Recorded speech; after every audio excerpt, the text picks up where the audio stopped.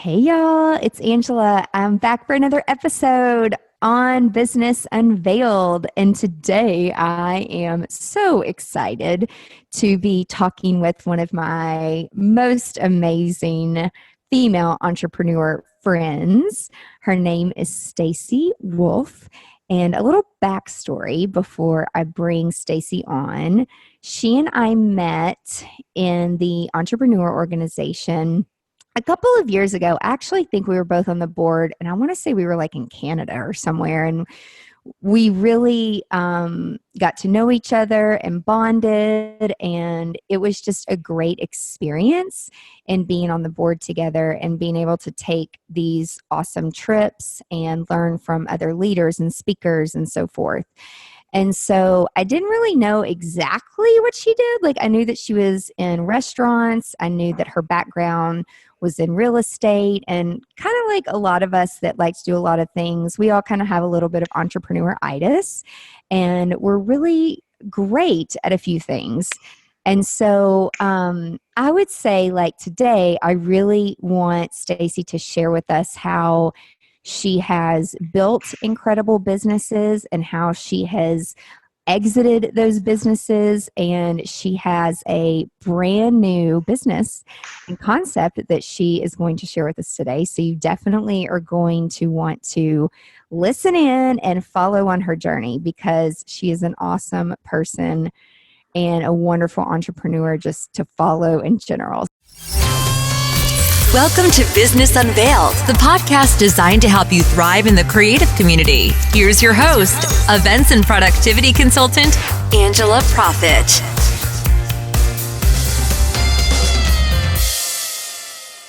Hi, y'all. Thank you so much for tuning in to this episode of Business Unveiled. Expert tips and secrets from top creative industry professionals, where we take you behind the scenes of our past experiences in the creative industry and share with you what we have learned from them and how they have made us stronger. This podcast will help you grow a productive and profitable business to launch you into success within the creative industry. Today's podcast is being brought to you by the GSD Retreat. It's for badass business owners who want to get shit done beachside in Cabo, Mexico on December 2nd through 6th. This is an annual business strategy and content planning retreat to come and join me and several other amazing speakers in a spectacular oceanfront bedroom villa for an intimate business retreat where you will experience not only fun and friendship, but we want to get shit done. Do you actually block time on your calendar to work on your business, to plan for consistent content and for consistent marketing each month? But you know, something always comes up. I want to invite you to come to spend 3 full days with me collaborating with like-minded business individuals looking to get this done, to knock it out. I will show you exactly how to put together an annual plan with content creation, images, weekly schedule, and so much more. If you're interested, I want to invite you to visit bit.ly/GSD retreat. Come spend 3 days with me in Cabo, where you will leave with an amazing, amazing plan where you can fast track your personal and professional goals, leaving you with the return on investment of being absolutely priceless. Visit bit.ly/GSD retreat.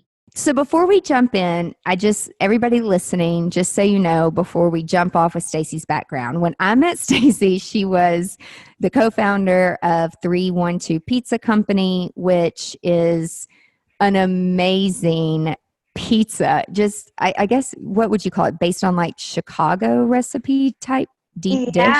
Yeah, I'm originally from Chicago, so we decided to bring authentic Chicago pizza to Nashville.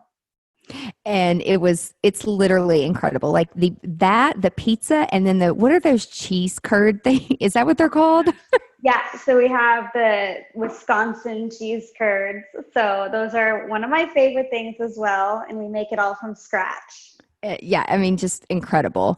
And then also, I know that you have a love for chocolate, which who doesn't, but you actually mastered the art of making not only chocolate and branding people's brands in chocolate, you have a vegan chocolate line. Is that right?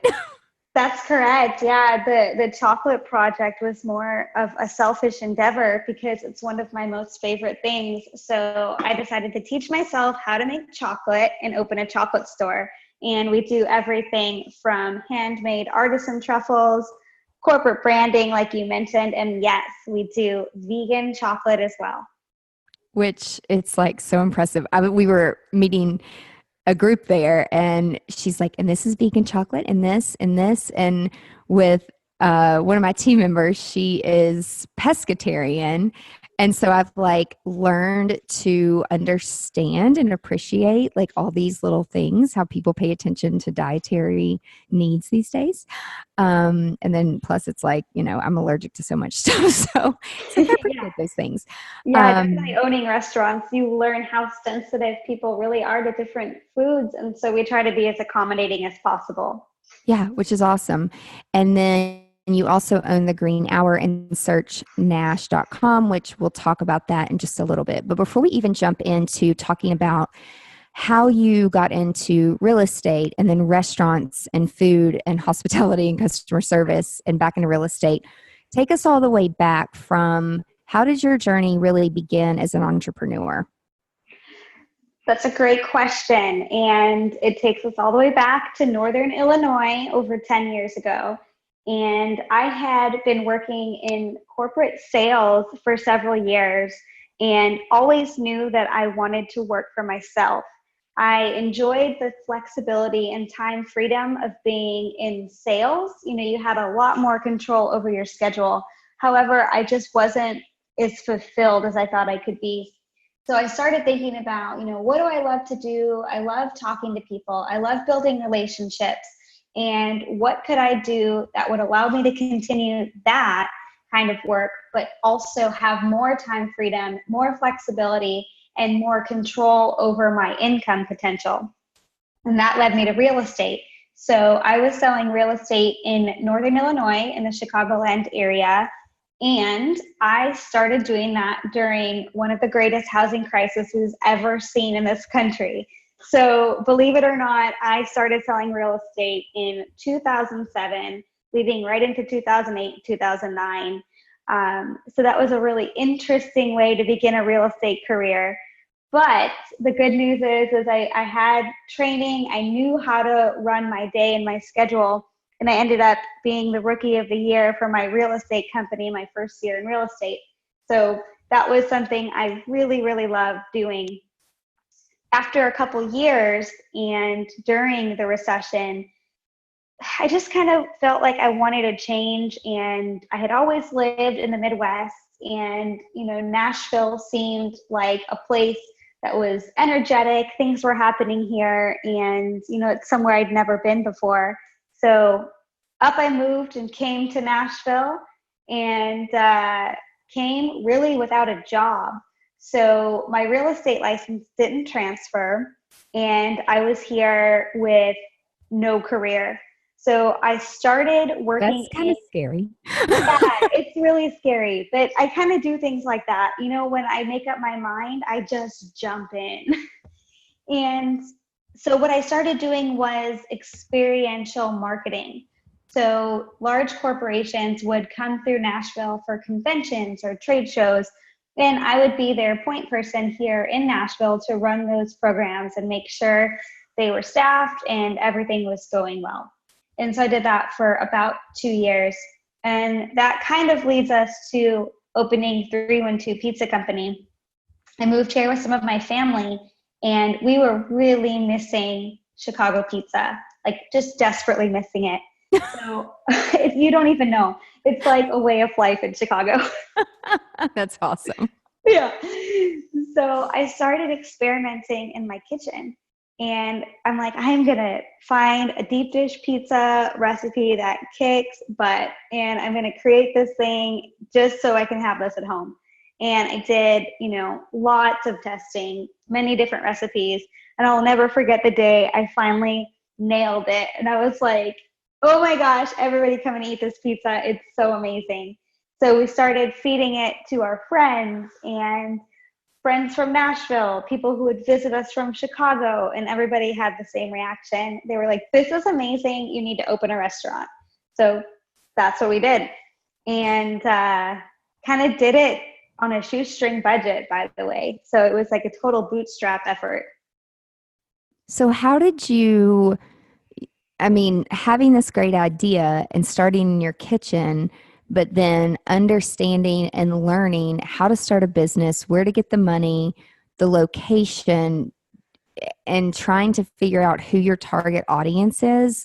Walk us through, like, what was your journey, and did everything go as planned, or you were just kind of taking it as it came? And how did you open your first location? So the good news is corporate training helped a ton. So my background has always been more in the sales and marketing domain. So I immediately started thinking like a marketer and started planning how I would get the word out about this product.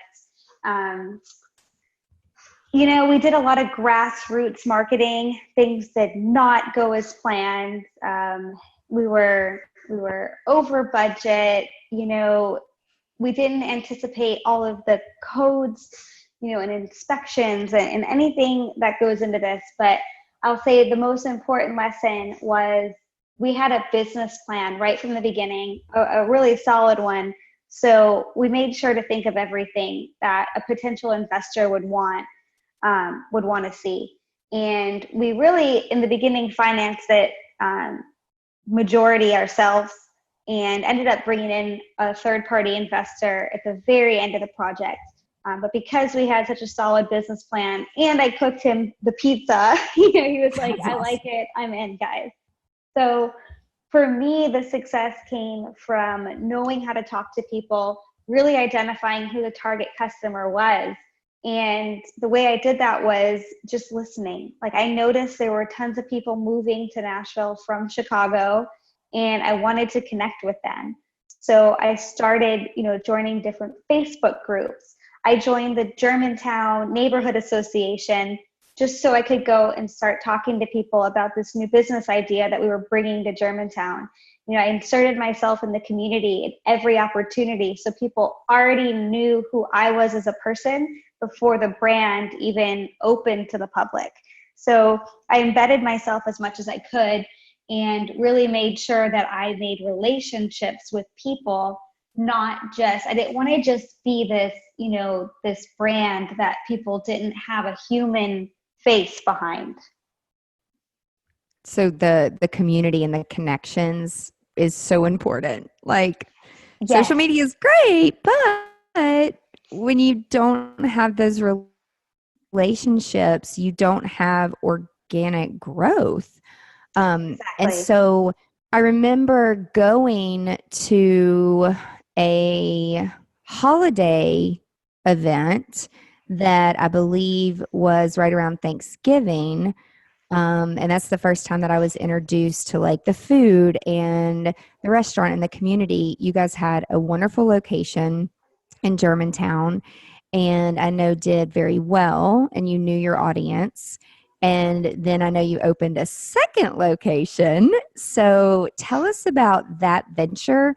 Like, how did you know it was time to open a new location?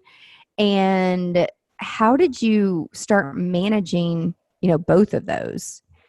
So are you referring to opening Tempered next, or opening the next 312? The next 312. And then we'll go back to chocolate. Perfect. So we started noticing that 312 Germantown was kind of busting at the seams. The kitchen was no longer able to handle the capacity, and we were struggling to keep the ticket times low enough that people would want to hang out and wait for pizza. So, we really dug in and looked to see if it was time to open another location. And there's a lot that goes into doing that. And quite honestly, we made a lot of mistakes And I think maybe jumped into this a little prematurely, because there were some things that happened that we just didn't foresee. For example, choosing a location that we had hoped was going to become a next up and coming area of Nashville that just didn't quite pop as quick as we needed it to. So on one hand, we knew it was time to expand, but on the second hand, we may have not really dug in deep enough to make sure we went to the exact right part of the city. So I know that it was like, and it still is, the second location was up and coming. How did you all choose to do that? Were you like, we're just going to take a risk and hopefully that area will grow? Yeah, I mean, it was partly a risk because we really wanted to be in South Nashville near the interstate. So it fit the bill there. And we had talked to, some of the developers, and they were sharing, what projects were coming down the pipeline. We're going to be close to the soccer stadium. And we just really had high hopes that that corridor was going to just pop, kind of like how Germantown did. And I do believe it still is going to happen. I just think it didn't happen quite as quickly as we had hoped.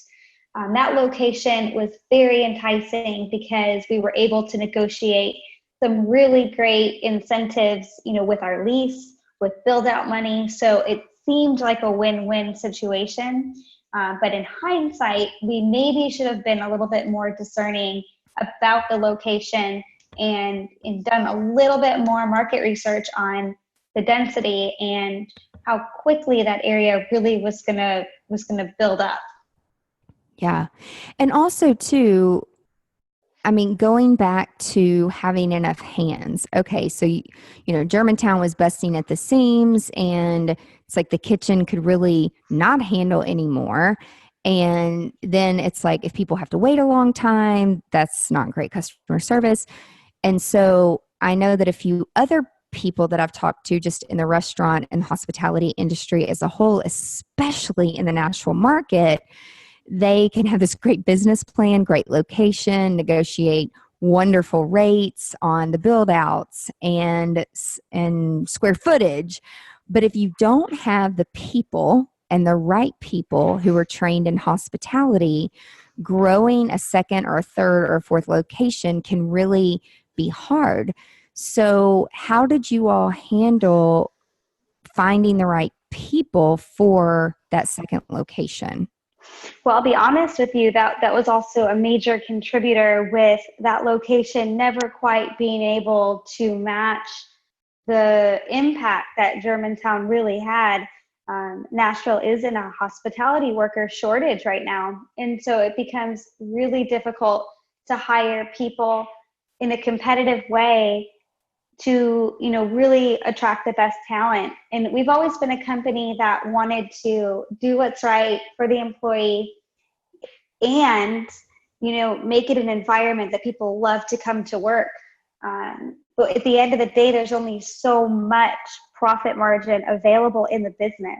So we were pushing the upper limits of our pay brackets, and that still wasn't able to retain the right people. So I think, the lack of hands here in Nashville in the hospitality industry has been really tough for people in the service industry. Yeah, it's crazy because it's like there's plenty of consumers that want to come spend the money, but it's harder than what people think to find good people that actually will show up on time, do what they're paid to do. I don't know, like if it's pure laziness sometimes, or people just don't live the way they used to live in terms of setting high goals and expectations for themselves. I mean, just being in hospitality myself, it's like incredibly frustrating sometimes. And then it's like the older I get, the younger they get. And then I'm like, why do you think you're so entitled? Like, are you effing I get mad sometimes.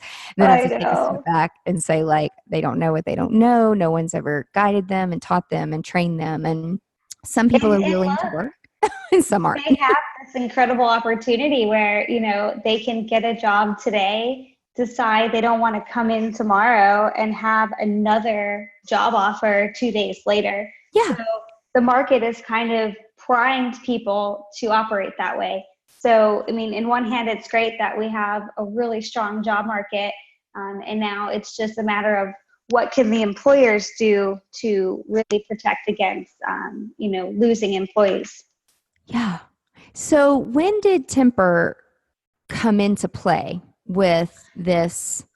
Okay, we have this restaurant, and then now we're going to do chocolate, which again, I know is like more of a passion, but it's done very well. And you've helped some incredible brands in Nashville on the corporate side. So when did that start to come into play? And how did you allocate your time between the two? Tempered was opened about 6 months after 312 Germantown, and it was kind of by chance. I was walking around the block to go get a coffee, and I had noticed that the bakery that I used to like to go to was closed.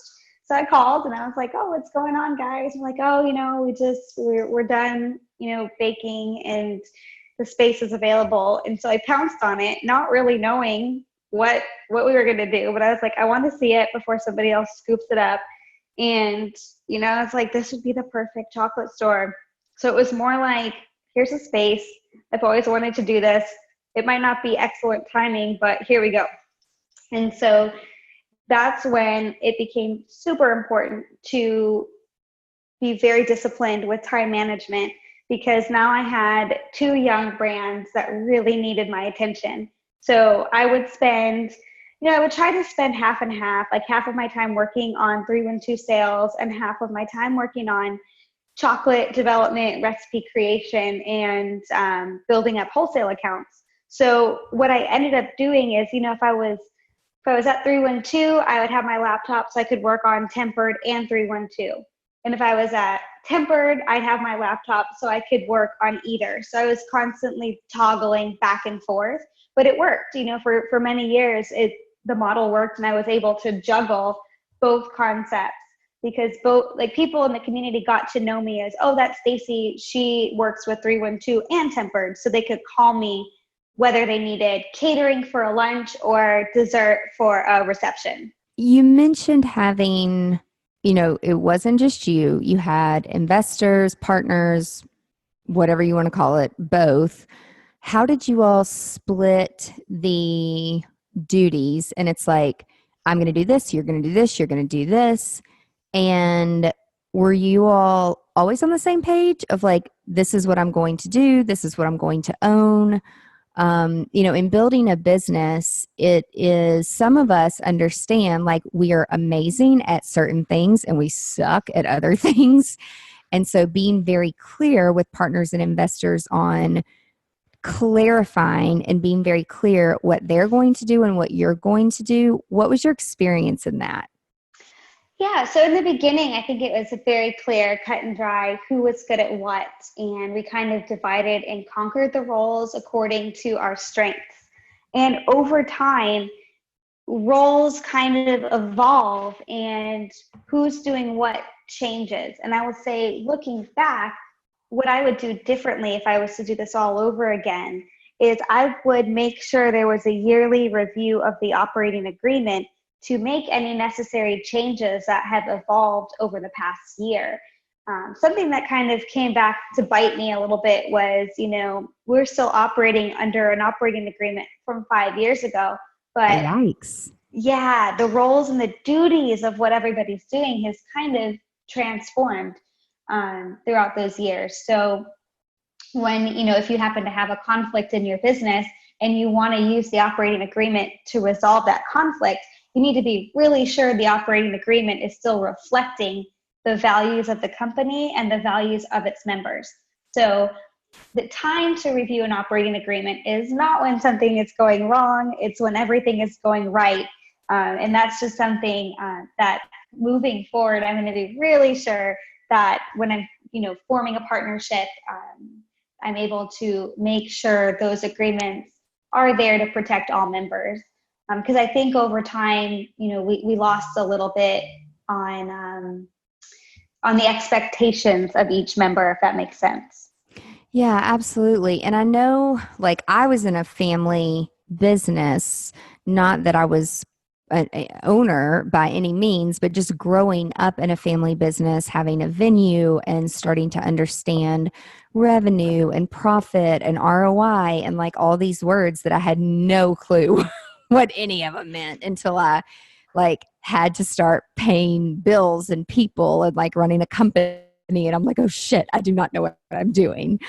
And so sometimes like I chose to educate myself and like go to some of these companies like Score and other like Catalyst and like EO, which we have both been a part of, and really learn those things, which what I have learned from doing that is just because I want to educate myself, that doesn't mean like my family necessarily wants to do that. And so I know it can be frustrating and difficult at times, at least it has been for me, when I've had access to all this great knowledge. And then I try to, and I've even like had my friends working with me at points where it literally ruined my friendship and the relationship somewhat, like even with my parents, when I stepped out of healthcare and said, okay, I'm going to focus on weddings and my business and full time, like they thought I was on drugs, like they thought something was wrong with me.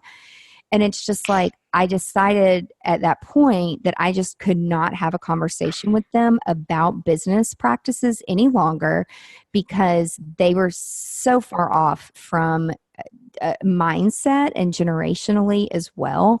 Like they grew up in the era of you work for the same company for 30 years and retire off of a pension and social security and like stuff that probably won't even exist when I'm like ever able, which I don't ever see retiring. Like I always want to do nothing. So what has your experience been like if people who are listening, work with family or work with friends or have partnerships, like shit ain't always perfect.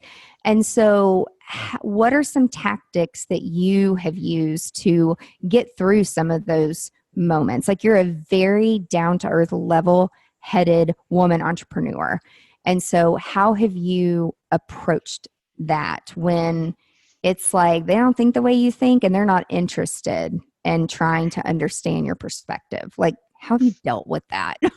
It's tough. And I've experienced a very similar situation to the one that you just shared, where my tactics have always been get as much information as I can, be a lifelong learner, and I'm looking for the most economical way to get things done. And I come from, the belief that the entrepreneur doesn't have to be the one to do everything. We need to know when it's time to delegate. We need to know when it's time to bring in other experts. And we need to know when we are the ones that can get this task done.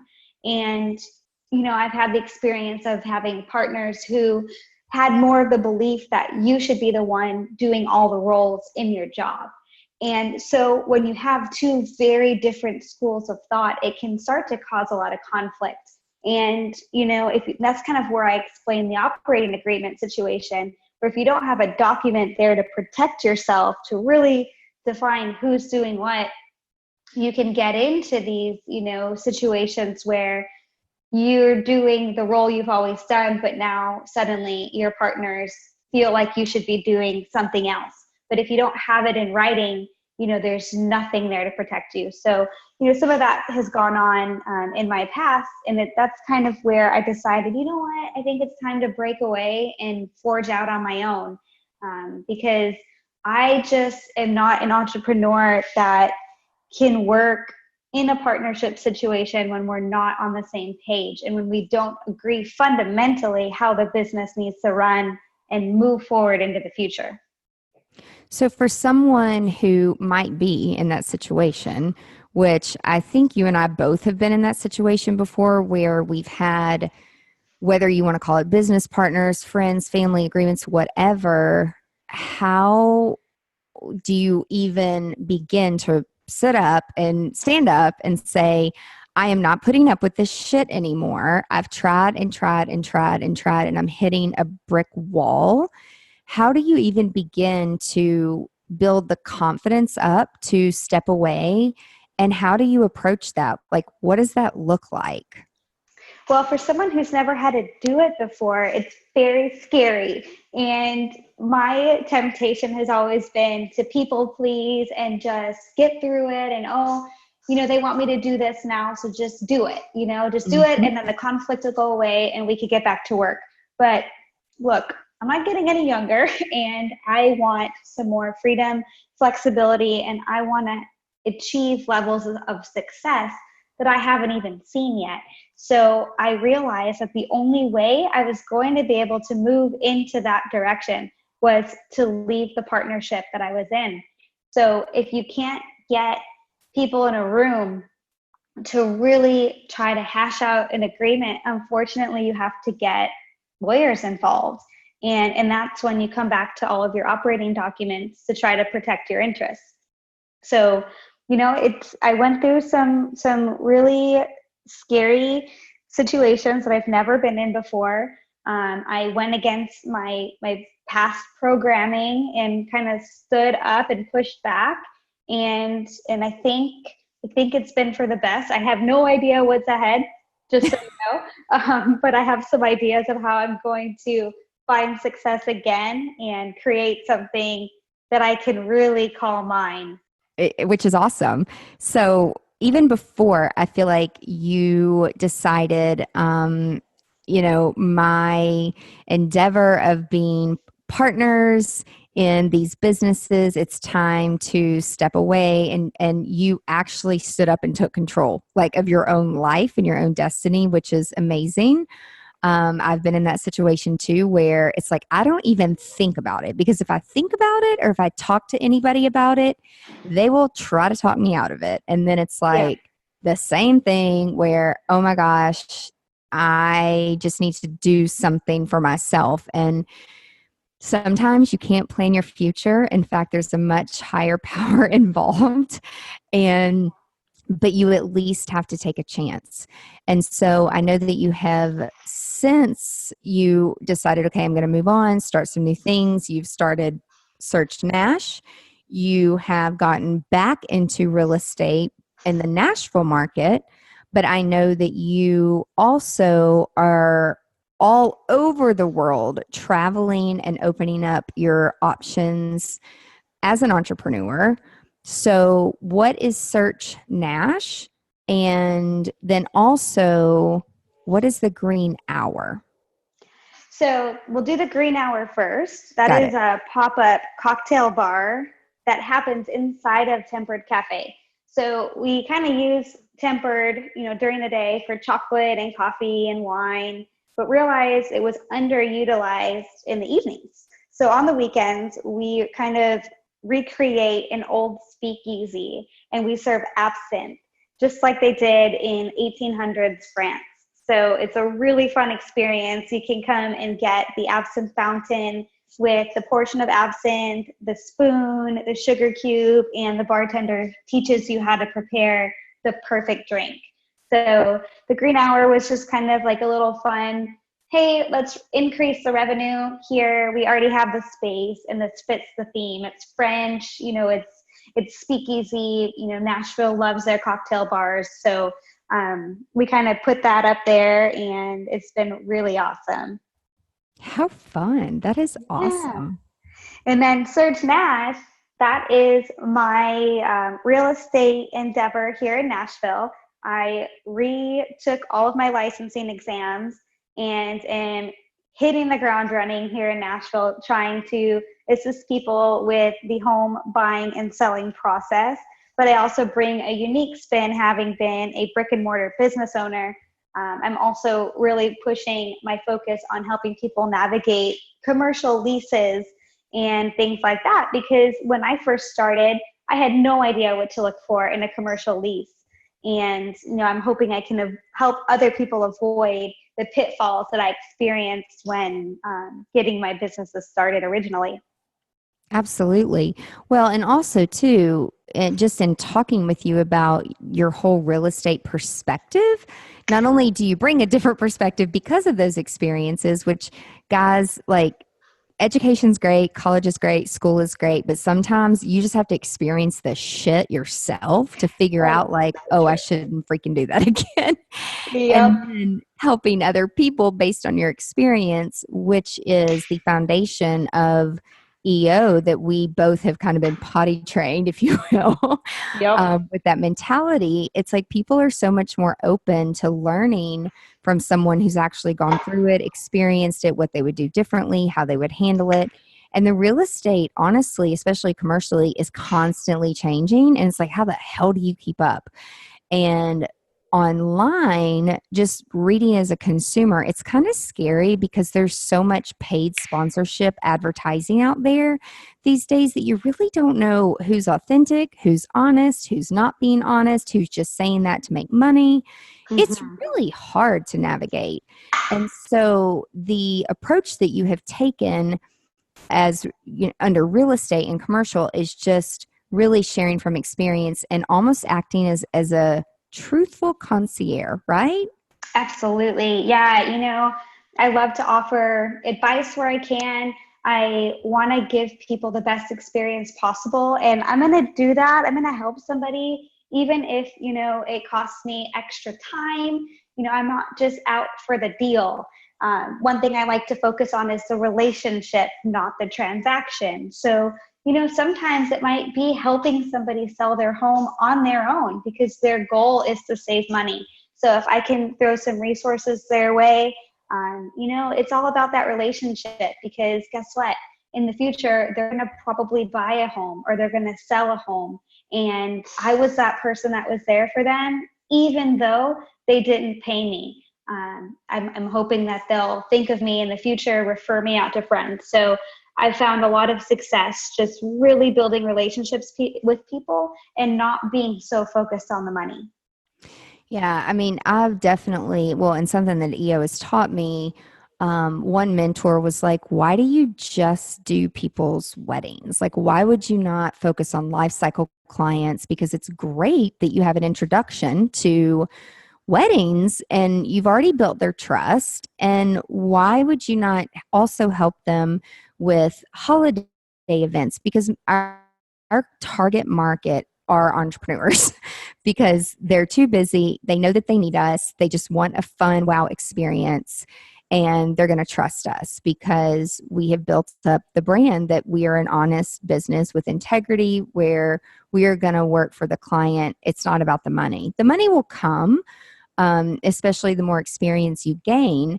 And I never really thought about it that way. I'm like, well, people don't hire us for that. And he was like, well, are you telling people that? Like after your wedding, like, hey, just wanted to let you know we can also do your company party or your holiday installation decor and do this and do birthday parties and do baby showers. And I'm like, oh, it's real simple. Like just tell people. And so it's like when you give back and you're genuinely helpful, like you said, people don't even go to search the internet. They come back because they remember that experience and that relationship that you have built with them. So I've Exactly. learned that as well. Exactly. Yeah, it's like we were talking earlier, like you really focus on giving to getting, which I still think is like very relevant to the relationship versus the deal at the time, focusing on long term. Yeah, absolutely. And, I'm not afraid to give up tidbits of information that could help somebody. I'm not worried about, oh, what if they don't hire me? It'll all come with time, and it always has. So just being a good person and doing the right thing is the most important thing to me. Which is awesome. I mean, so really like your next big adventure while you're still doing Nashville real estate and helping people a ton. I know that you and I both are, I'm probably way more obsessive because I've seen some of the results from video, not just like marketing, but just sharing and sharing crazy ass experiences of like, oh my gosh, why is this happening to me? And why?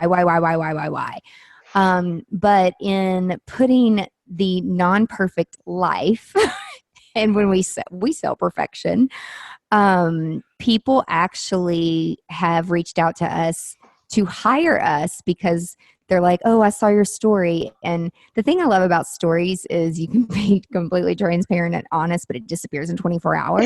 And Yeah. so whoever sees it within that 24 hours, like, great. But we've gotten clients out of it, which is great. Oh, And that's awesome. so I know you and I have talked about you doing some videos and just sharing the crazy ass experiences that you have been through personally and professionally, and what's next for Staci Wolff, and how do you want, now that you have exited 3 businesses and you're starting a new endeavor, how, which I know you can use all those experiences and start off as like a much, much, much more like badass business owner because you went through hell. Yeah. But that was all for a reason. And so you have had this idea of sharing. And so what is your strategy next? Like, because I know for a little bit you were like, I'm just kind of stuck. Like, I don't know. But now it's like you had an epiphany. I don't know. Sometimes in the shower, I'm like, oh my God, I've got it. We need to do this. And here's this. I'll wake up in the middle of the night. I'm like making notes. So how did you get that inspiration of like, what's next? What are you going to build So next? I'm super excited and terrified to share this because now that I'm sharing it publicly, I have to follow through. But 100% it's accountability. so I have decided to document my journey over the next year, 365 days of basically going from the ground up, building something from scratch. Um, I don't know if I've shared this with you, Angela. I think I did, but I'm moving. I'm moving to Hawaii. So I'm Which is amazing. so excited. So I'm not going to know anybody there, and I have to create a real estate business from scratch without knowing a single connection. So I'm going to be documenting everything that I'm going through, the highs, the lows, the wins, the losses. I'm calling it the 365 experiment, 365 days. I'm going to be doing a daily video. I'm going to be doing journal entries, and I'm going to make my journal entries public. And my goal in doing this is to help other people become unstuck. Because what I realized was doing nothing changes nothing. But if we can just take the first step and then take another one, it compounds and it builds. So I'm going to just share my journey in its raw, natural form. I'm going to be documenting this on Facebook, YouTube, and Instagram, making sure people have a way to connect with me and can see what I'm up to. And hopefully, like I said, along the way, I can inspire someone to make the change that they've really wanted to make in their life too. Absolutely. That's so okay. How, I mean, aside from the fact that Hawaii is beautiful and on the ocean, the ocean, and there are like crazy volcanoes, but how Yeah. did you land on Hawaii? Like, which I love you're such a risk taker, and in True Colors, you're so orange. You're like, let's just jump and go. I'm not going Oh, yep. to think about it, because though, that you've already done this multiple times, right? Like, you've already picked up, moved to a city, built businesses, exited those businesses that have been wildly successful. And so it's all it to me, it's like, okay, you have a little bit of confidence. You've already done it. You have lots of experience to share. You know how to build a community. You know how to make connections. I mean, obviously it's still terrifying, but how did you choose Hawaii? Well, my boyfriend and partner in crime, Mark, he would spend quite a bit of time there before I met him. And early in our relationship, I went out to Hawaii to visit him and just absolutely fell in love with it. And he and I kind of had this dream of, maybe one day we'll move out there and, live in nature and, have the city nature hybrid life. And you know what? When I was going through this exit plan with my current businesses, I was like, now is the time to do it. I am not tangled up in anything. If I'm going to make a move, it's now. So he and I decided we were going to put the house on the market, sell everything, put all of our stuff in a pod, and go. And so this is happening very fast. It's like I still can't even believe it's happening, but I'm so excited I'm ready for the next chapter. And I want to share it with everybody so they can see that you can literally have whatever life you want to have. And I want to document this for an entire year because I want to see what can really happen in 1 year's time when you're intentional and you're working on your goals daily and you're doing it publicly and holding yourself accountable. Well, yeah, and that's the thing. Like something else that I've kind of learned the hard way is that when you tell your audience you're going to do something, if you don't do it, you lose the trust and respect, right? Absolutely. So some of my team members, as we are building up consulting and teaching and co-working spaces and new ventures, but taking what we've learned and also leveraging the relationships and the reputation that we've built, a couple of my team members, they're like, I mean, you guys have mastered the wedding market, luxury market, and how to have people trust you with their money. And so why not just taking those exact same practices and using them, because it's just a strategy and a process, but it always comes down to communication and accountability. And so as we started, we had a strategy day around this. And as we started to unpack it, it always came back to follow up, follow through, doing what we say we were going to do, which for some crazy reason, the older I get, the worse it gets, where people will say they will do something and they just don't do it. And it's not that they're trying not to do it or they're like not being intentional, but I think there's so much noise in our world today, and it's just going to get noisier, that if you don't know how to focus, you don't know what your goals are, you don't know what your intentions are, you got to be intentional about accountability. You have to. And so I think it's an awesome goal to say, okay, I'm going to put it out there publicly. And the thing is, the more that people watch and the bigger your audience gets, sometimes, like one person I was talking to earlier, she's like, people are just mean sometimes on social media. And it's like, it almost helps you build a thicker skin. Yeah, and that's something I need. So I'm prepared. I thought about that. I was like, am I ready to hear criticisms publicly too? And I'm like, yeah, girl, you're ready. Yeah. Like, I mean, why not now? And I love the fact that you're like, I'm going to jump. I'm going to, like like you said, you do the same thing, you get the same result. So you got to do something different. And there is no telling where this adventure is going to take you. Like, there's no telling. That's so true. I mean, I already know just from like when you told me, okay, I'm going to pick up and move, people think I'm crazy. I'm like, well, I don't think you're crazy because I would probably do the same thing. But I already know, like, I've done weddings in Hawaii. There's already people that I know who live in Hawaii. I'm like, we need to do a business retreat in Hawaii.